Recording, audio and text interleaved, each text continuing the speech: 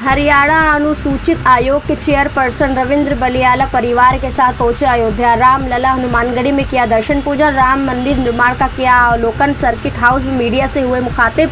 हरियाणा अनुसूचित जाति आयोग के चेयरपर्सन रविंद्र बलियाला का बयान, अयोध्या आकर हमें अच्छा लगा। रामलला का दर्शन पूजन किया, हनुमान जी का दर्शन किया, सरयू घाट पर भी गए, राम मंदिर निर्माण भी देखा।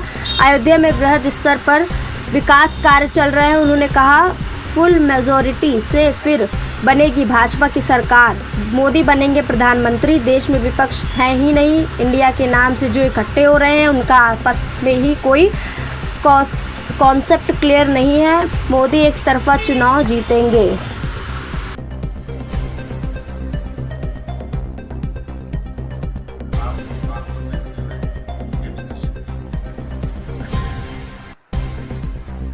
हमारा मोटिव ये था कि हम यहाँ रामलला के दर्शन करके जाएंगे।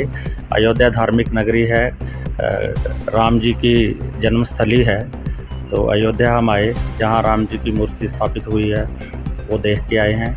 और मंदिर का निर्माण कार्य चल रहा है, बहुत अच्छे तरीके से चल रहा है, वो सारा देखा। सरयू नदी के घाट पे गए, वहाँ जाके देखा कि बहुत अच्छा माहौल है।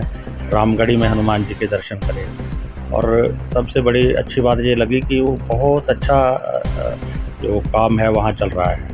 पूरा प्रशासन शासन वहाँ लगा हुआ है, और दर्शन करके बहुत अच्छा लगा। इस तरह बात की जाए प्राण प्रतिष्ठा की, तो मोदी जी यहाँ आने वाले हैं प्राण प्रतिष्ठा कार्यक्रम में, क्या कहेंगे उसको? हाँ, मोदी जी आएंगे, अच्छी बात है। वो तो पूरे भारत का भ्रमण करके, विश्व का भ्रमण करके भारत को बहुत ऊंचे स्थान पर ले जा चुके हैं।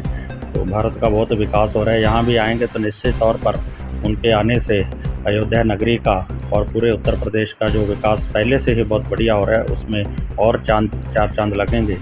मोदी जी तो विश्व स्तर के नेता हैं, उनके आने से निश्चित तौर पर जो विकास के कार्य हुए उनको और गति मिलेगी, बल मिलेगा। 2022 का 24 का चुनाव भी आ रहा है, लोकसभा चुनाव आ रहा है, क्या लगता है? तो मुझे तो यही लगता है कि भारतीय जनता पार्टी, मोदी जी बहुत थम्पिंग मेजॉरिटी से आएंगे, जीतेंगे। अभी तक तो कोई विपक्ष है ही नहीं है।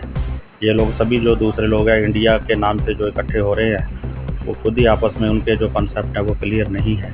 तो मुझे लगता है कि मोदी जी, भारतीय जनता पार्टी बिल्कुल एक तरफा जीतेंगे। सर, कई राज्यों में चुनाव चल रहे हैं, चुनाव होने वाले हैं, मध्य प्रदेश से छत्तीसगढ़।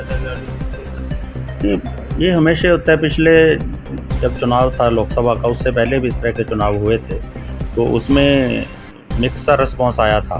तो लेकिन जब लोकसभा का चुनाव आया तो उसमें निश्चित तौर पर पूरे भारत के अंदर मोदी जी को और भारतीय जनता पार्टी को जनता ने जिताने का काम किया।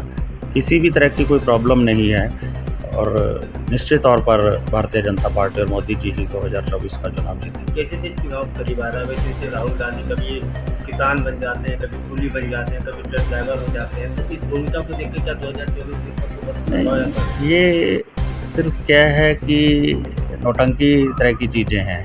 वैसे तो वो लोग हैं कि अपने बड़े सीनियर लीडर्स हैं, उनके केवल जहाँ तक कि चीफ मिनिस्टर तक के उनको मिल नहीं सकते हैं। और ये सिर्फ अब चुनाव आया है तो एक तरह की नौटंकी करने का काम कर रहे हैं। इंडिया का जो चुनाव होने वाला है, कितना फर्क देख पाएगा और किस नजरिए से देखते हैं? कोई फर्क नहीं पड़ेगा, कुछ भी उसी तरह से ही रहेगा। ये खुद ही लोग अभी पूरी तरह से इकट्ठे नहीं हैं, ये खुद डिवाइडेड हैं। पंजाब का देख लीजिए आप, वहाँ आम आदमी पार्टी है और कांग्रेस पार्टी है, वो दोनों आपस में लड़ रहे हैं। हरियाणा में भी इंडिया गठबंधन के कुछ लोग कह रहे हैं कि कुछ रीजनल पार्टियां हैं उनको वो शामिल करने की बात कर रहे हैं। हरियाणा के कांग्रेस के लीडर हैं वो उस चीज़ का विरोध कर रहे हैं। तो अभी इनका आपस में किसी तरह का कोई तालमेल नहीं है, तो ना ही बन पाएगा इनका तालमेल। ये सिर्फ क्या है कि एक प्रयास है, ठीक है, प्रयास करते रहना चाहिए उनको।